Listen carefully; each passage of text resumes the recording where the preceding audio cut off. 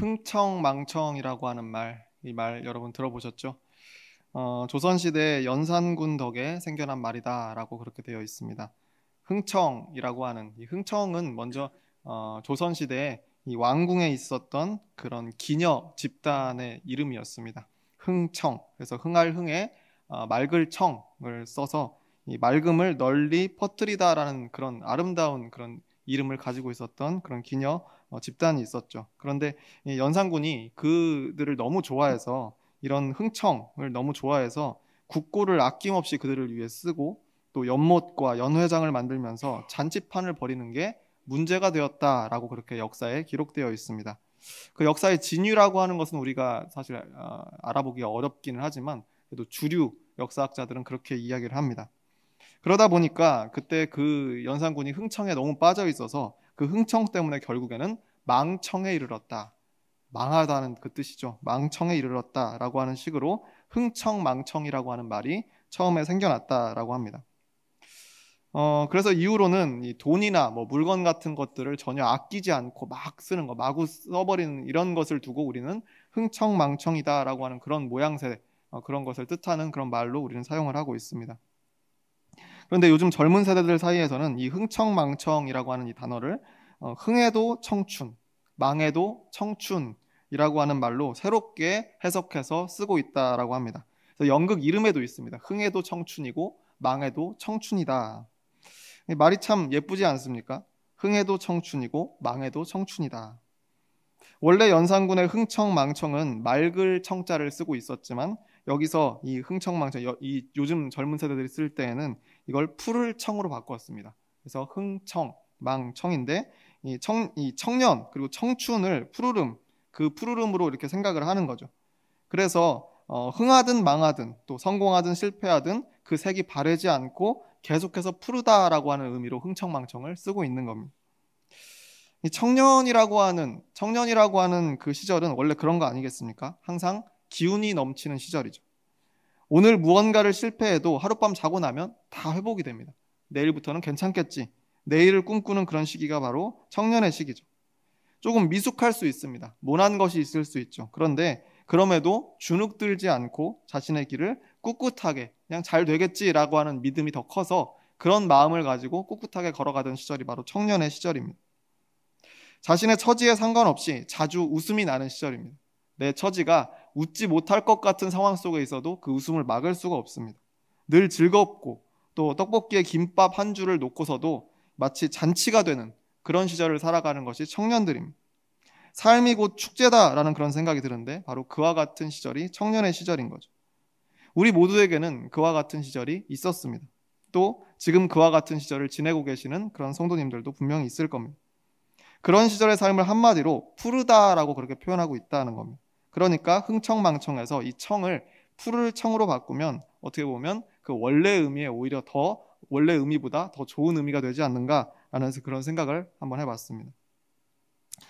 요즘 제 자신을 한번 돌아봤는데 제 자신도 날이 갈수록 점점 이제 그 푸르다라고 하는 단어로부터는 멀어지고 있는 것 같습니다. 마치 단풍이 드는 것처럼 좀 색이 바래져 가는 것 같다라는 생각을 하는 겁니다. 뭐 그 또한 성숙해가는 과정의 하나로 보기 때문에 그것이 마냥 아쉽지만은 않습니다. 다만 30대 중반 정도가 넘어갔을 때 제가 그런 생각을 해본 적은 있습니다. 아, 내가 지금 예수님의 나이를 넘어가고 있구나라는 생각을 해본 적은 있어요. 내가 지금 예수님의 나이를 지나서고 있구나라는 생각을 해본 적이 있다는 거죠. 그때는 좀 잠깐 덜컹했습니다. 내가 그럼 나는 지금까지 뭘 했지? 내가 무엇을 준비해 놓았지? 이런 생각을 해보면서 지나갔던 적은 있습니다. 예수님의 나이에 대해서 여러분은 얼마나 자주 생각하시는지 모르겠습니다. 근데 아마 대부분은 예수님의 나이를 잘 생각하지 못하실 겁니다. 잊고 살 때가 많이 있을 것 같아요. 그래서 복음서에 기록되어 있는 예수님의 모습, 그 모습이 정확하게 청년의 때였다라고 하는 이 사실도 의식하지 못하면서 지나갈 때가 대부분이라는 겁니다. 그분은 물론 하나님의 아들이시죠. 예수님은 하나님의 아들이시고 그리스도이시기 때문에 그 나이에 대한 우리가 개념이 없습니다. 나이에 대한 생각을 이렇게 심각하게 하지는 않는다는 겁니다. 그게 오히려 자연스럽죠. 그런데 분명 기록에 따르면 예수님께서 구원 활동을 시작하시고 그리고 나서 십자가의 죽음과 부활에 이르는 모든 과정, 그 과정을 다 통틀어도 그게 바로 30살, 30살 즈음에 이루어진 일이라는 겁니다. 그러니까 분명히 예수님은 청년이셨죠. 누가 보아도 청년이었습니다. 민중신학의 창시자이면서 한신대학교 신학과 교수님이었던 시몬 안병무 박사님께서는 자신의 책에 오늘을 사는 청년 예수라고 하는 그런 제목의 글을 실은 적이 있습니다. 이 안병무 박사님이 말하기를 예수님은 명문 집안 출신도 아니고 목수의 아들로 성서나 겨우 회독하는 정도의 30살쯤 되는 그런 청년이었다라고 그렇게 책에 써 놓으셨습니다.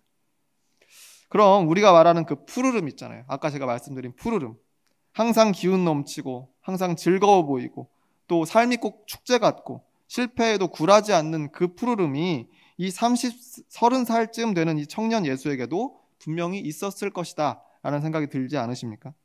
저는 성경을 펴고 예수님에 관한 복음서의 말씀들을 다시 한번 읽어보다가 한 구절이 눈에 들어왔습니다. 그게 바로 마가복음 2장 18절 말씀인데 이렇게 되어 있습니다. 요한의 제자들과 바리새인들이 금식하고 있는지라 사람들이 예수께 와서 말하되 요한의 제자들과 바리새인의 제자들은 금식하는데 어찌하여 당신의 제자들은 금식하지 아니하나이까? 라고 물어보는 장면이 나옵니다. 왜 당신과 당신의 제자들은 금식하지 않습니까? 라고 이야기하는 겁니다. 당시에 유대인들은 때마다 금식을 하는 전통이 있었습니다. 이 금식이라고 하는 것은 구약성서에 나오는 그런 내용들을 우리가 미루어 짐작을 해보면 슬픔의 표현이죠. 하나님 앞에 내가 얼마만큼 지금 힘든지를 그렇게 드러내는 것이고 또한 나의 죄를 고백하기도 하고 그래서 구원을 요청하는 그런 어떤 예식입니다. 내가 금식을 한다는 건 하나님께 바라는 것이 있다는 거죠. 그래서 전통적으로 이제 비가 많이 내리지 않아서 가물거나 이럴 때 하나님께 금식하며 기도하며 나아갔다라는 그런 기록들이 있습니다. 또 구원자를 기다리는 것, 그리스도가 오심을 기다리면서 그와 같이 금식했던 그런 일들이 있었는데 이 구약시대에는 특별한 일이 없으면 1년에 한 번 정도 금식을 했다라고 되어 있는데 예수님의 시대에 오니까 이 금식의 이 횟수가 늘어났습니다. 그래서 이 말씀에 나오듯이 이 예수님의 시절이 되었을 때는 일주일에 약 2번 정도 금식을 했다라고 그렇게 전해집니다. 그래서 여기서 요한의 제자들과 바리새인의 제자들은 지금 금식하고 있습니다 라고 하는 금식해야 되는 날이 된 거죠. 일주일에 2번 정도는 항상 정해두고 금식을 했기 때문에 그렇습니다. 그런데 예수님과 그의 제자들은 왜 정기 금식, 늘 딱 때가 되면 금식을 하는 이 전통에 왜 참여하지 않는가라고 이렇게 물어보는 장면이 여기 나오고 있는 겁니다. 말하자면 당시의 사람들의 입장에서 볼 때는 바리새인의 그룹이 가장 오래된 그런 공동체였습니다. 바리새인과 그의 제자들, 가장 오래된 공동체이고 그 다음에 신흥 세력으로 나온 것이 세례 요한과 그의 제자들이었을 겁니다. 그리고 나서 예수님과 그의 제자들은 굳이 말하자면 이제 막내죠. 막 태어난 새롭게 신생으로 만들어진 그런 그룹이었을 것으로 그렇게 여겼을 것 같습니다. 그런데 이 제일 나중에 생겨난 그룹이 예수님과 제자들의 그룹 아니겠어요? 그럼 막내인데 이 막내 그룹이 선배들이 지금 이 정기적으로 딱 지켜서 금식을 하고 있는데 왜 당신들은 동참을 안 합니까? 무슨 권리와 무슨 자격으로 무슨 자신감으로 왜 금식에 동참을 하지 않는 겁니까? 불만스러운 마음을 품고 지금 물어보고 있는 겁니다. 예수님께서는 어찌하여 당신의 제자들은 금식하지 않냐라고 하는 이들의 이 질문에 이렇게 대답하고 있습니다. 바로 다음 절 마가복음 3장 19절 말씀인데 이렇게 되어 있습니다. 예수께서 그들에게 이르시되 혼인집 손님들이 신랑과 함께 있을 때에 금식할 수 있느냐? 신랑과 함께 있을 동안에는 금식할 수 없느니라. 혼인집 손님들이 신랑과 함께 있을 때, 이 말은 지금 우리는 혼인잔치 중이라는 겁니다. 지금 우리는 잔치집 가운데 있다. 우리는 지금 축제 가운데 있다라고 이야기하는 겁니다. 왜 그럴까요? 신랑이 왔으니까. 신랑이 왔다라고 예수님이 이야기합니다. 바로 그렇게 지금까지 기다려왔던 신랑 그리스도가 오셔서 함께하고 있기 때문에 지금은 우리는 잔치 중이라는 겁니다. 축제 기간이라는 거예요. 이 이야기 바로 앞에 있는 이 말씀 속에서도 잔치집이 그려지고 있는데 마가복음 3장 15절 말씀입니다. 이렇게 되어 있습니다. 그의 집에 앉아 잡수실 때에 많은 세리와 죄인들이 예수와 그의 제자들과 함께 앉았으니 이는 그러한 사람들이 많이 있어서 예수를 따름이러라. 그의 집에 앉아 잡수실 때라고 되어 있죠. 세관에 앉아있던 알페의 아들 레위를 제자로 부르시던 장면이었는데 그때 레위가 너무 기뻐서 자기 집에 잔치를 베풀었던 그런 상황입니다. 그곳에 모인 모든 사람들, 그 사람들은 예수님과 제자들과 세리와 많은 죄인들이었습니다. 세리와 많은 죄인들도 함께 모여 있어요. 그 자리에 모여서 즐겁게 이야기하고 식사하고 있는 장면이 여기 그려지고 있다는 겁니다. 지금 예수님은 이때부터 계속해서 연일 잔치 중이시라는 겁니다. 왜 그럴까요? 그리스도가 왔으니까. 그리스도가 이 땅에 왔으니까, 그렇게 기다리던 복음이 들려왔으니까, 큰 기쁨의 소식을 이제 듣게 되었기 때문에 축제를 지금 우리는 보내고 있고 그 축제를 즐기라라고 이야기하는 겁니다. 그래서 아까 19절 말씀, 이 19절의 말씀을 공동 번역 개정판으로 읽으면 이렇게 됩니다. 예수께서는 이렇게 대답하셨다. 잔치집에 온 신랑 식구들이 신랑과 함께 있는 동안에야 어떻게 단식을 할 수 있겠느냐? 신랑이 함께 있는 동안에는 그럴 수 없다. 이 대목에서 이 말씀을 하시는 예수님을 아주 젊고 기운찬 30살의 청년으로 우리가 생각하고 이 말씀을 읽으면 이 말씀이 얼마나 힘차고 호기로운 톤의 말씀이었는지 우리가 짐작할 수가 있습니다. 내가 곧 그 신랑이다. 내가 당신들이 기다리던 그 신랑이다. 기다리던 그리스도가 바로 나다. 그런데 여전히 금식하며 부르짖을 거에 뭐가 있냐? 금식하면서 무엇을 더 기다리는 거냐? 이미 내가 왔다. 나와 내 제자들은 이미 그것을 알기 때문에 지금 축제를 벌이고 있는 것이다. 라고 그렇게 선포하는 거 아니겠습니까? 지금 이 말씀을 하시던 때는 예수님께서 사역을 처음 시작하시던 그때입니다. 새롭게 제자들을 뽑고 날이 갈수록 따르는 무리가 많아지고 가는 곳마다 치유와 기적이 끊이지 않던 때가 바로 지금이었습니다. 그러니까 한마디로 얘기하자면 청이 흥하던 시절, 예수님이 흥하던 시절, 그 푸르름이 흥하던 시절, 흥청의 시절이다 라고 저는 그렇게 생각을 합니다. 그 예수님이 가지고 있던 그 푸르름이 다른 주변에 있는 사람들에게 계속해서 퍼져나가면서 점점 유명해지고 많은 사람이 따르던 그때가 바로 이 처음 사역의 초기였다는 겁니다.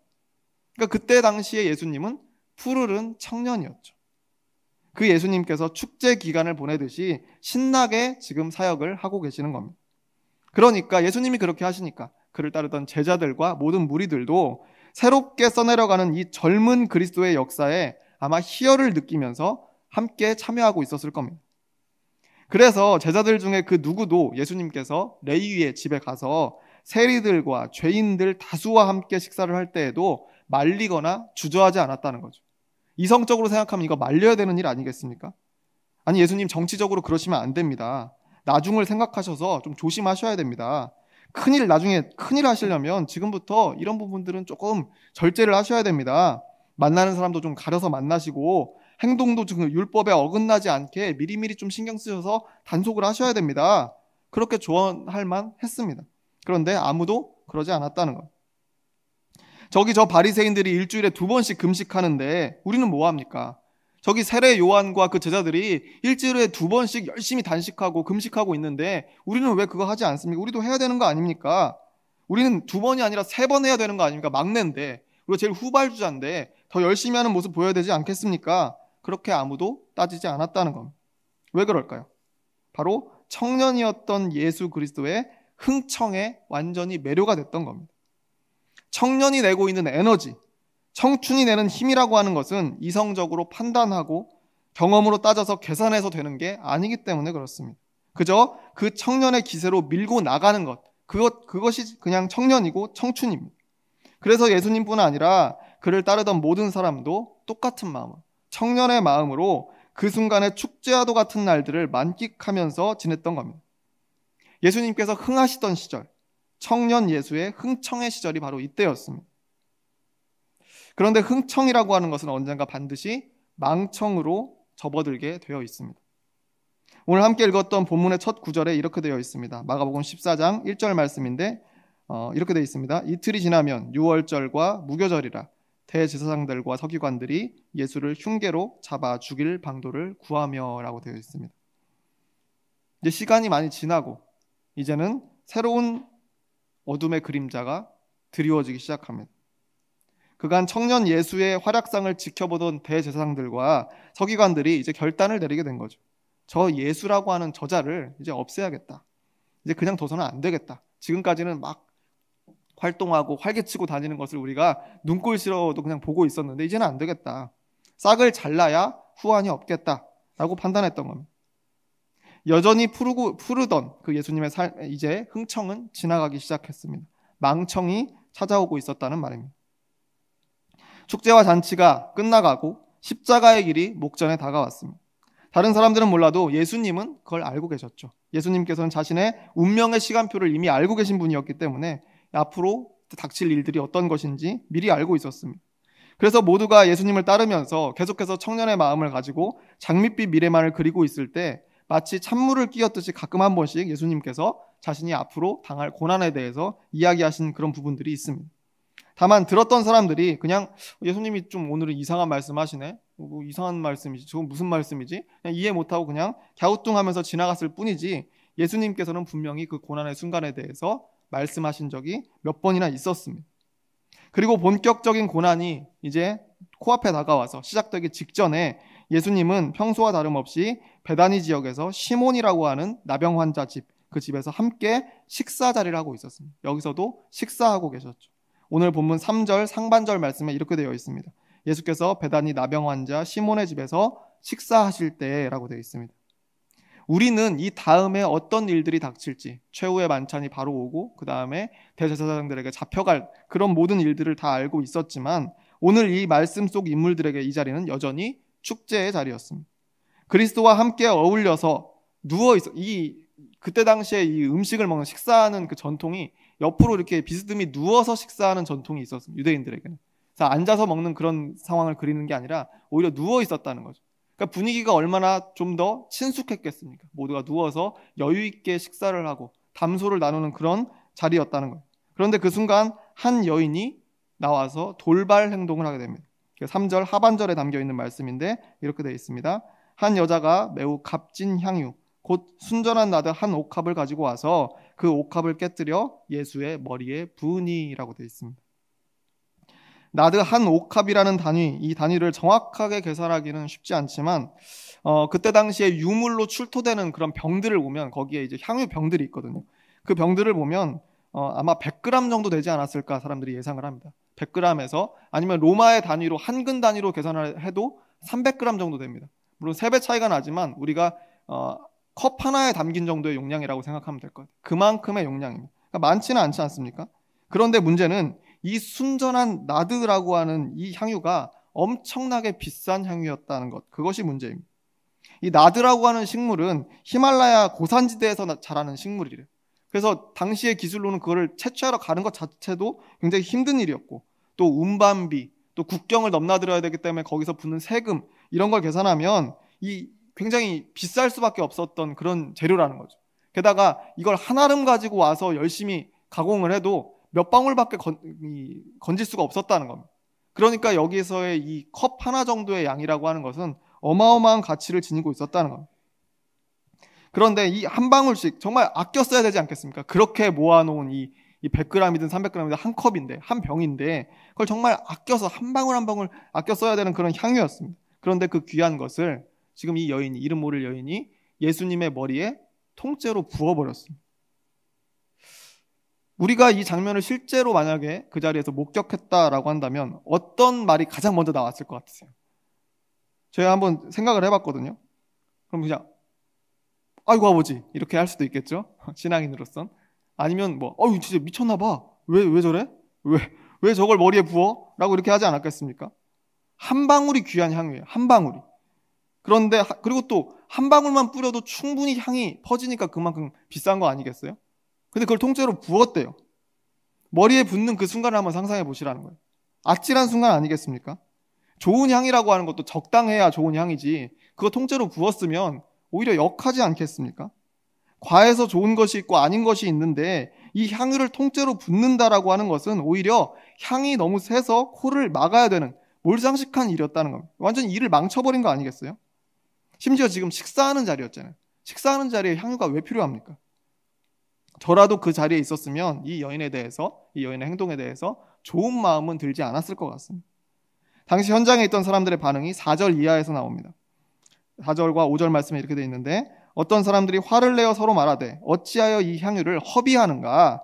이 향유를 300데나리온 이상에 팔아 가난한 자들에게 줄 수 있었겠도다 하며 그 여자를 책망하는지라. 첫 마디가 뭐라고 되어 있습니까? 어찌하여 이 향유를 허비하는가?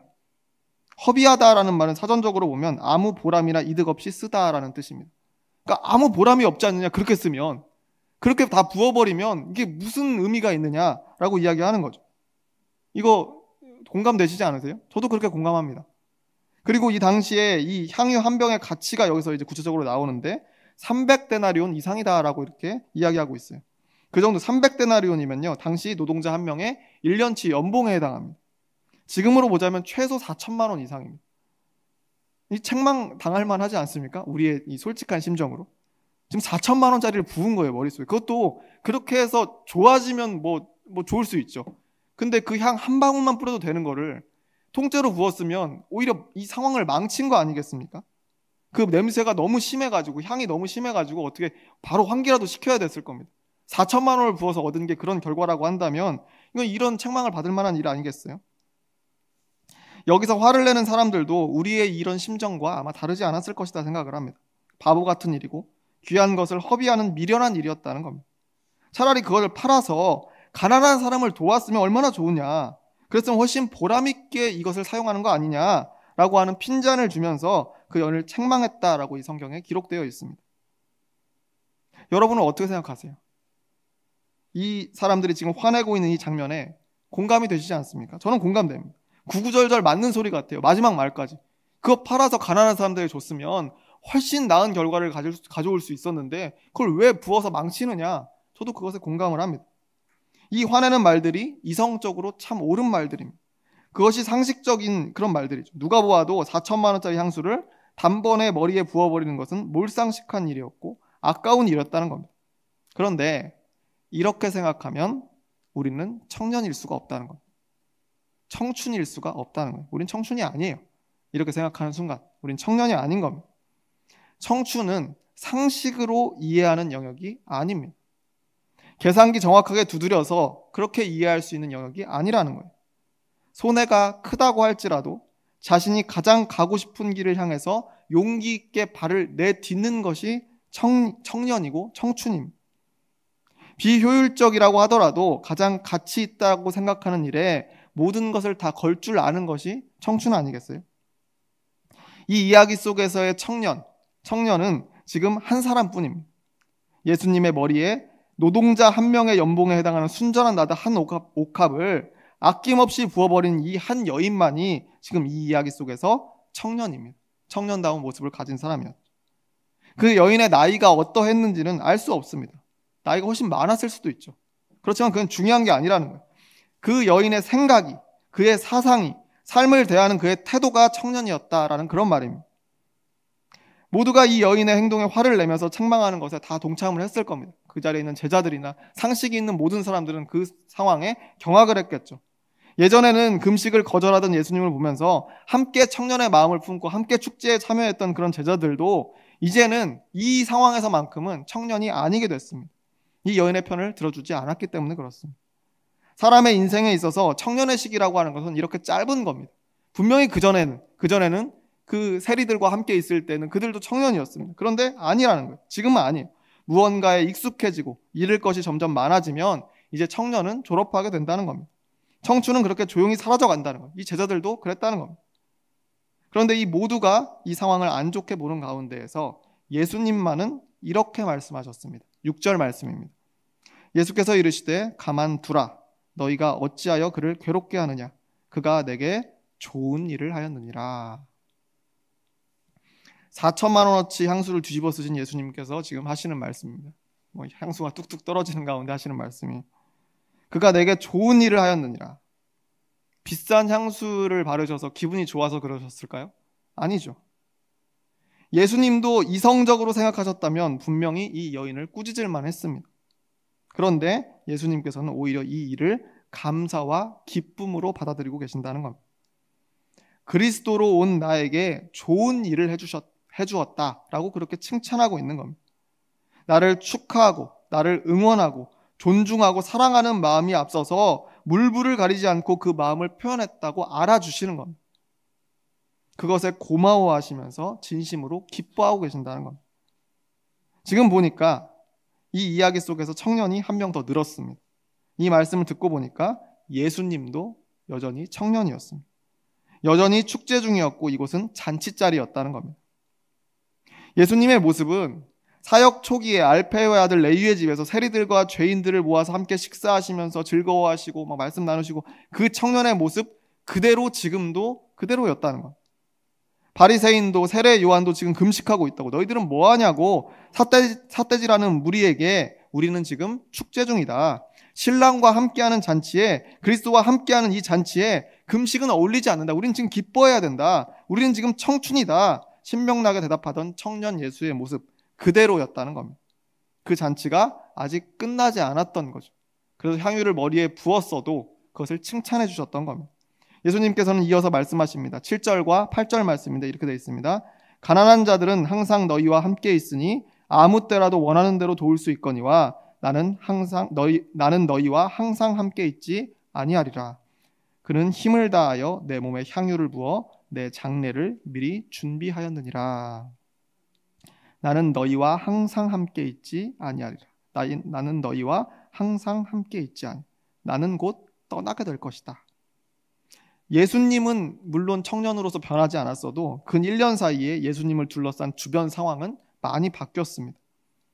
예수님께 시시각각 다가오는 십자가의 고난이 이제 코앞까지 이른 그런 상황입니다. 그러니까 예수님은 그것을 누구보다 확실하게 알고 계셨다는 거죠. 근데 그러면서도 여전히 청년의 기계를 잃지 않으셨다는 것이 참 놀랍습니다. 내 장례를 미리 준비하였느니라. 이거 지금 남일 이야기하는 거 아니잖아요. 내 장례를 미리 준비해. 내가 곧 당할 상황 아니겠습니까? 자기에게 닥칠 미래입니다. 그것도 가장 고통스러운 형틀에서 최후를 맞이할 미래를 아시면서도 예수님께서는 나에게 지금 부은 이 향유가 어쩌면 곧 마주하게 될 내 장례식에 할 일을 미리 네가 해낸 셈이구나 라고 하면서 호탕하게 웃고 지나가시는 겁니다. 다른 때는 몰라도 십자가의 죽음이 목을 조여오는 이 시점에는 사람이라면 얼마나 신경이 날카로워지겠습니까? 그런데도 예수님께서는 이와 같은 여유와 위트를 잃지 않으셨다는 겁니다. 젊은이로서의 패기를 잃지 않으셨다는 겁니다. 다가오는 고난에도 예수님은 여전히 청춘이셨다는 겁니다. 아까 앞에 이야기에서 왜 금식하지 않느냐고 묻던 어떤 정체 모를 사람들과 여기서 왜 향유를 허비하였느냐고 책망하던 어떤 자들은 그들이 누군지는 몰라도 이미 청년의 마음을 잃어버린 사람들입니다.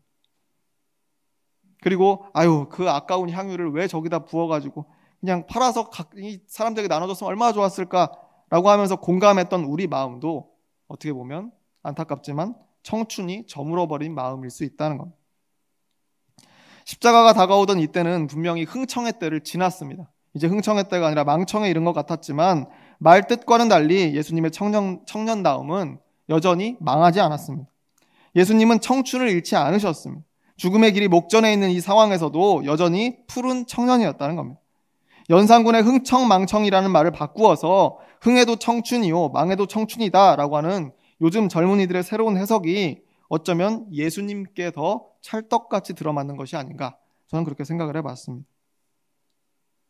사순절의 시작 지점에 우리가 서 있는데 이 지점에서 우리가 이 말씀을 묵상하게 된 것도 하나님의 은혜가 아닌가 저는 생각을 합니다. 예수님은 십자가의 고난을 코앞에 바로 마주하면서도 그 길을 걸어서 십자가에 달려서 돌아가실 그때까지도 푸른 청년이셨다는 겁니다.